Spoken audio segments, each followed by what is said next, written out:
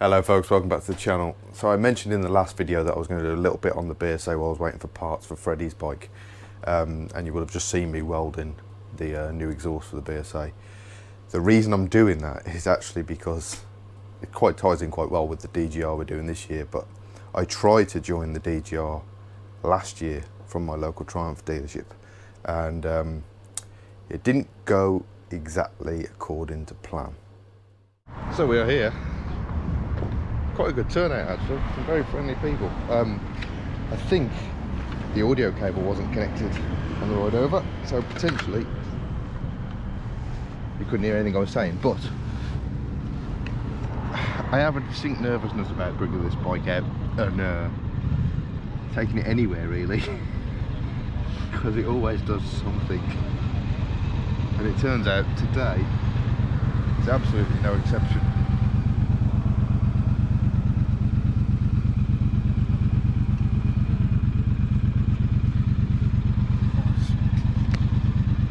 See, it's blowing the downpipe out of the head, so we're going to have to try and get that back in somewhere.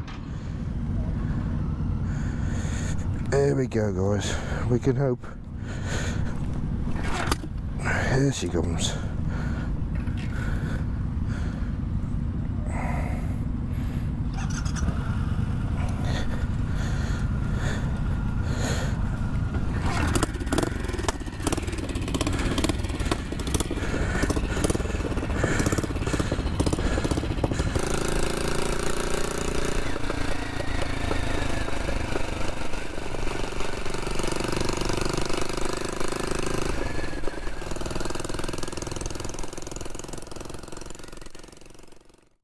So yes, in true fashion, I've decided to add a distinct amount more pressure to an already tense situation.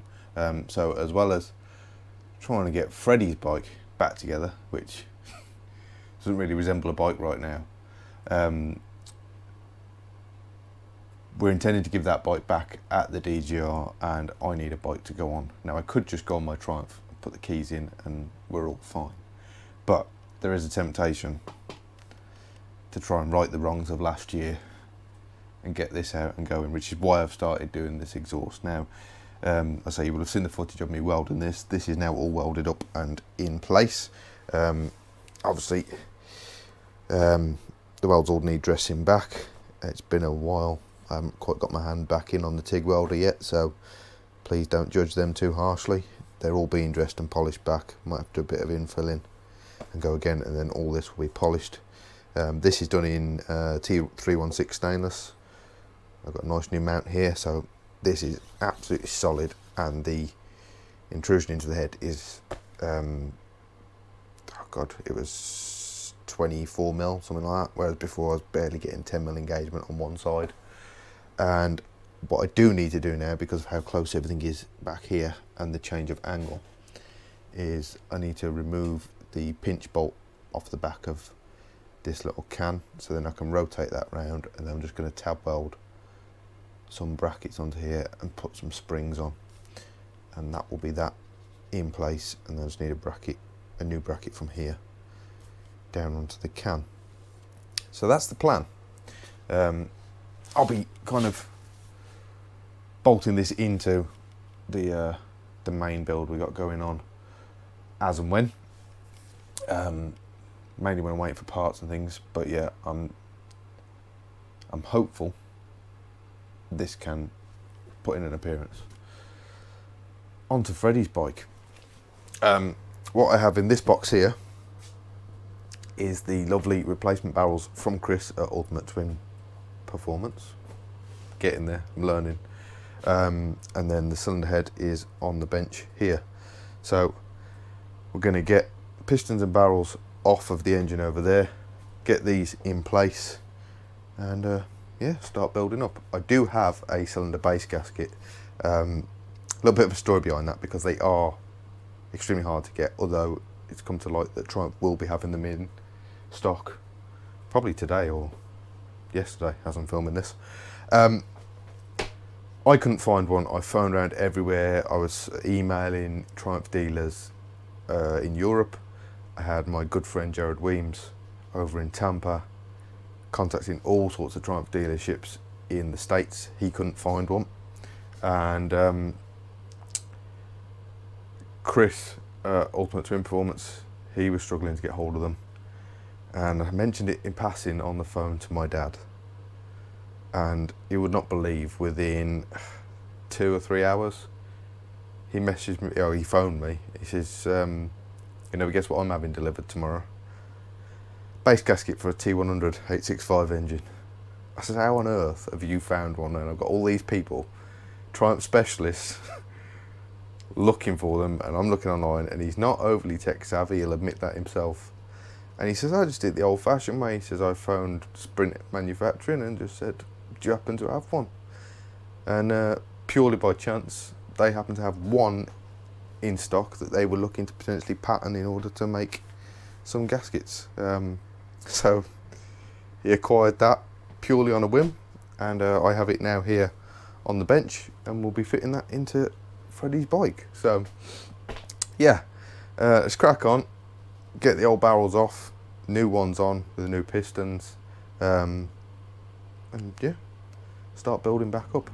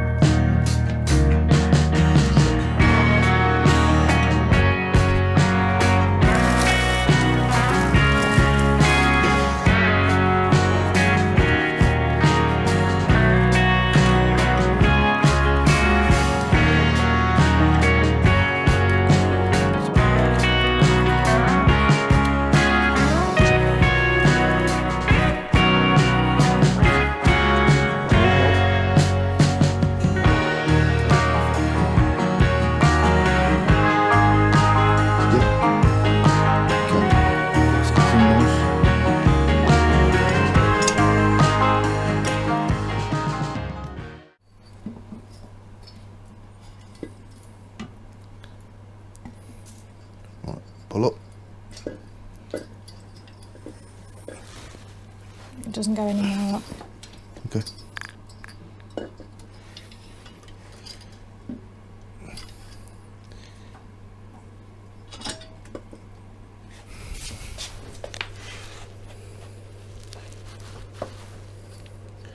That's just a ring. Okay.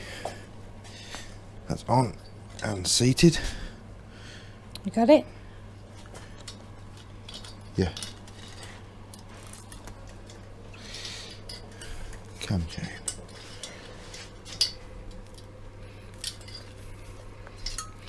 That's the cam chain in place. This on the head on. Cam chain in place. Cylinder head on. Whispering again, even though you've got the microphone. Check. Okay. Be very careful not to drop these down. So what are they? You putting the little bolts on these? Yes, these are cylinder head nuts going onto the studs. And where's that socket? Are they like a one size fits all job, or? No. So they do fit everywhere, but really once they've been matched up, it's good practice to Put keep them back them where you found them. Yeah.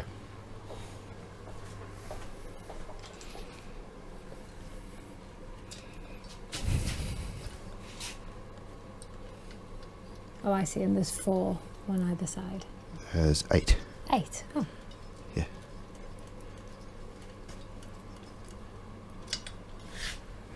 These? Yeah. Are these the same? Yeah. Playing Russian roulette, yeah. Most people put a rag down in that gap. That scary gap down there that goes into the engine. Yeah. We have had rags in there. We have at one point. But it made for good entertainment if I dropped one, wouldn't it? That might be camera off. I think we'd cry. Stop recording. Few choice words. Okay. Into. And swap sides. Why? I want to be able. I can see what you're doing Oh, on this okay. side. You've just been away from me, then. Yeah. The outer ones are fine. They ain't going to drop anywhere. Do you have a specific tool that twists these in, or is Just it generic something? 8mm hex. Allen key on a socket. Okay. So I just want all of them down by hand. Make sure he's good and settled.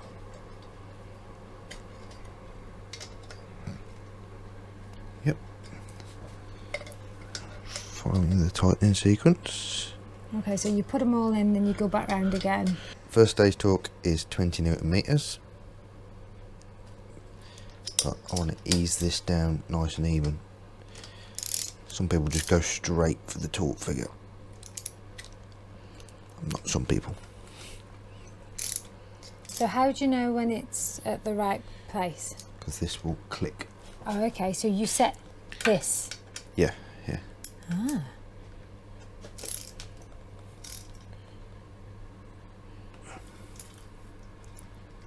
So I don't know if our audio worked in the last little bit of video, but if it didn't, I asked how you know when everything is done and there's the tightness that it should be. And I'm taking it's this tool that tells you. Yeah, for the first 3 stages. So you tighten it to 3. That one went to the torque. But we'll go back round at this torque figure.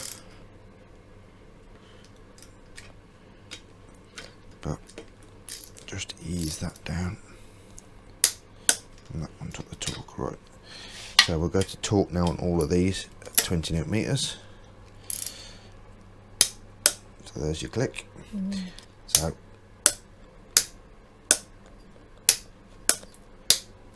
there. There. Okay.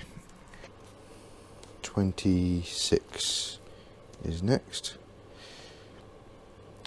Probably worth explaining that people probably think we're rushing this, but you've got a cake baking. I have got a cake baking and you have 3 minutes. So I have to go and 26. check my cake. The other thing is, you can often see people when they're talking to me, and they'll hold this, and you can then create resistance. And it Okay. will talk before it's So you better actually put your there. hand out your way. Yeah, which is why you double check and make sure the socket is well engaged, like so. Okay. And then we make sure we don't drop the socket. Well, yeah, don't drop it down that hole there. That won't go well for Freddie. It's a long way to come to fetch it out of there, isn't it?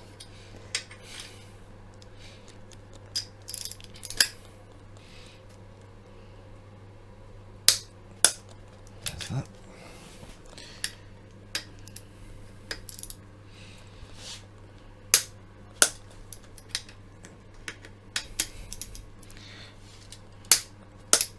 And then we've got one more stage, and then we do it to angle. So we'll do the one more stage.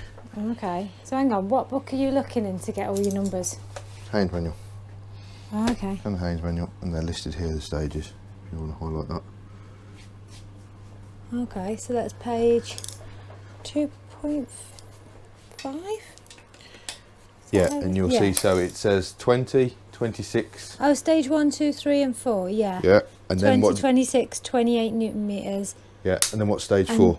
Stage 4, 120 degrees? Yeah, and there's a reason for that. Okay. Well, A torque to angle is a much more accurate way of getting an even clamp load, because you work on the pitch of the bolt that you're actually doing up. Okay, but it doesn't matter which way around you go. No, it in does. these, providing that you're even. No, they are numbered. But it's just you're working in a spiral out from the centre. But yeah, so the torque is just the resistance. It's the friction in doing it up is how it's measured for this to work. Okay. Whereas, so they're all numbered, and you go in a sequence, and you follow the different torque numbers. Yep. Leading and it up. makes it even as it all clamps back on. Yeah, and to a given preload pressure. Excellent. Right, well, we're going to pause there. I'm going to check my cake. Okay. That's it. I got it. Ready? Yeah, I'll push. 120. So is it quite a bit of resistance then if it's causing the bike to move on the stand? Yeah, I don't know what the estimated torque is, but what's this?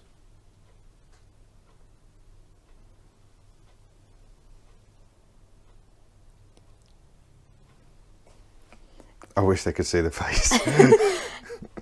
Is it a word you've said since I've been in here? At what point?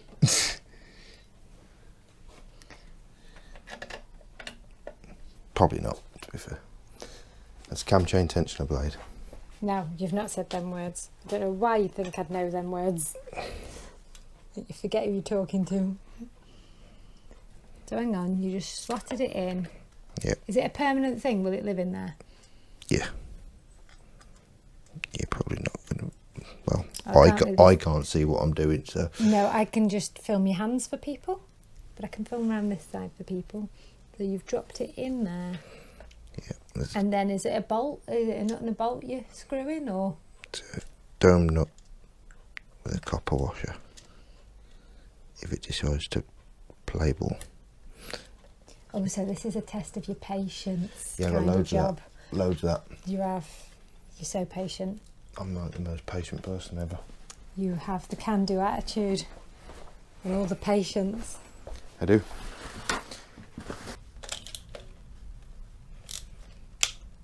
There we go. Oh, I see. So once you put that thing on inside, you tighten it up. Yep, 10 newton meters. Oh, I see. It doesn't move now. Poked it. Okay. Come on, off that down. Off that magnet, please. Thank you. Okay. Covered in oil. There's a key thing here.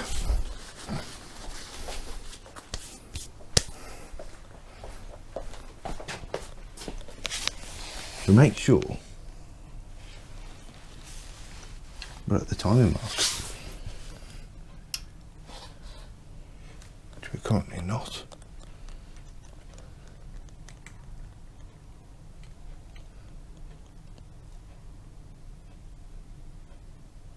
There it is. What were you looking for to check that was So in the line? bottom of this gear Oh, it's got an R on it. I can and the see squad that. line lines Yeah. up with the split in the crankcase. Okay. So there's the cam gear.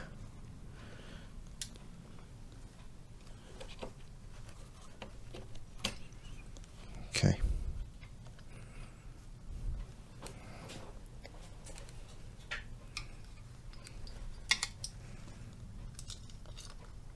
See that?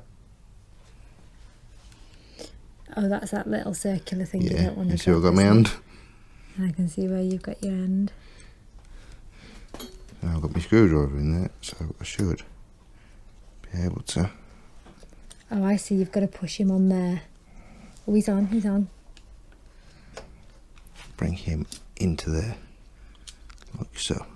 Okay? So that little circular thing lives in the end of there, No, between the between gear. this and this platform. Right. It spaces this up, Right. stops it floating. So, hold your thumb there.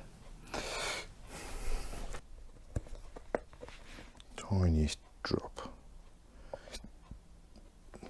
Too much. just right.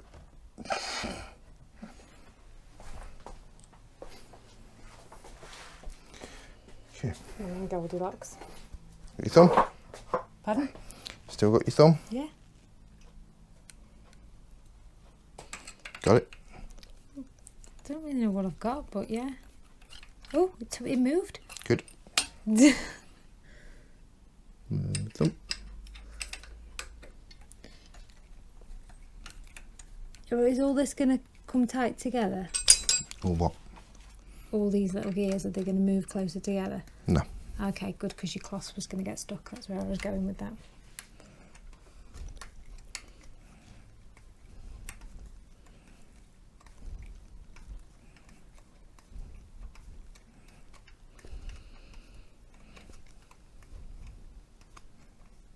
Okay. It's a nice tool tray they build in, isn't it?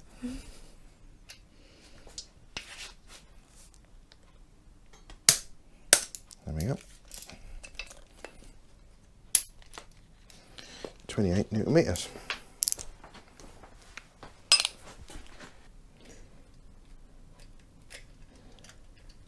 There we go.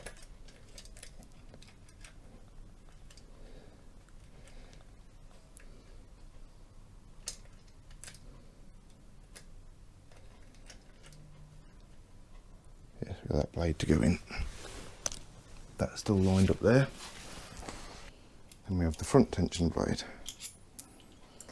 Okay, so just like at the back, we've got another one we put in the front. Yep. And then is it the same at the front this side where you have to put that little No, so copper washer on, or has that got a different one? this has 2 bolts that live inside the engine. So he goes in here, down the front of that chain, like so. I can see. Yeah? Yep. That's him in there. And it's the same again, make sure these bolts don't drop in the engine. 10 newton meters.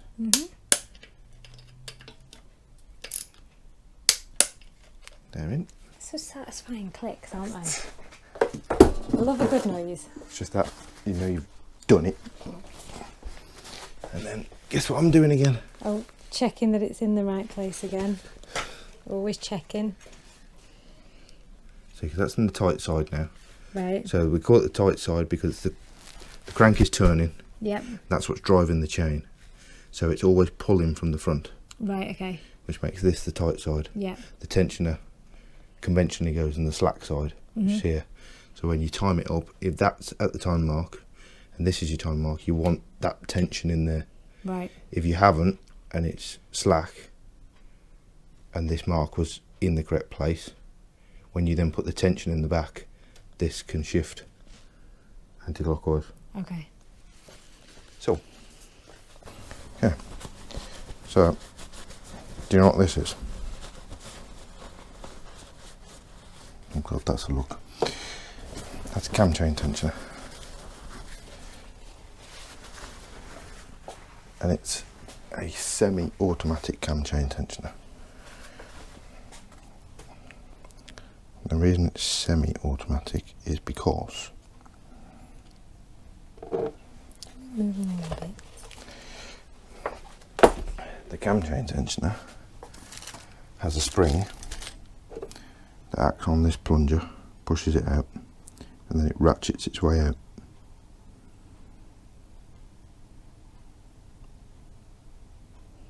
Right. So, what that means is, the spring is what applies the tension and works out how tight the cam chain needs to be. But when the cam chain pushes against it, it's the ratchet that stops it. Okay. Going back the other way, it's not just the load of the spring. Right. So you reset it, like so. Then we install it, like that. So the spring could still have wiggle room in it, but the tensioner stops it. Yeah. I understand. The other thing is this, the spring could be pushing between those two teeth at any point, so you could have that much difference. and the spring would take that up, but every time it shock load it would come back against the ratchet. Okay. It's also why you've got this other plunger spring, which is a really sharp spring. Oh, we have a nice new gasket. Everything has these little gaskets on it, doesn't it? Yep. And we're going to be very good and well behaved. What is a gasket? Is it just a piece of cardboard?